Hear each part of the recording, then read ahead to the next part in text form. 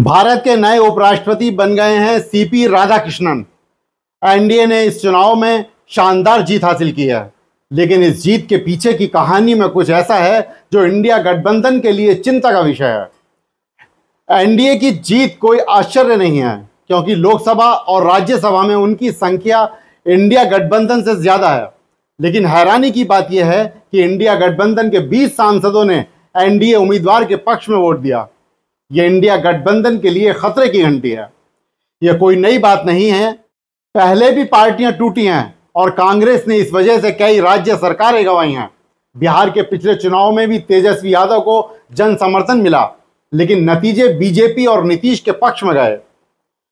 BJP अब इस जीत को भुनाएगी, कहेगी कि ना तो ईवीएम था ना फर्जी वोटर, फिर भी एनडीए जीता। बात यह है कि राहुल गांधी जनता को प्रभावित करने में कामयाब हैं, लेकिन बीजेपी चुनाव जीतने की रणनीति में माहिर है। राहुल गांधी और उनकी टीम को अब यह सोचना होगा कि उनकी लोकप्रियता और मुद्दों को चुनावी नतीजों में कैसे बदला जाए। क्या वो श्रीलंका, बांग्लादेश जैसे हालात का इंतजार कर रहे हैं? अगर ऐसा है तो यह राजनीतिक दूरदर्शिता नहीं है।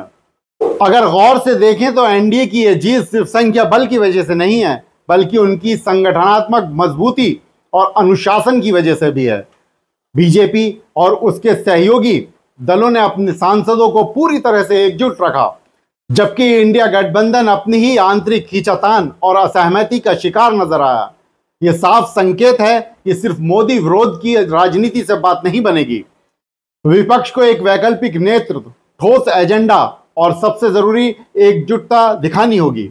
अगर गठबंधन अपनी दरारें नहीं भर पाया तो बीजेपी आगे भी हर मौके का फायदा उठाती रहेगी।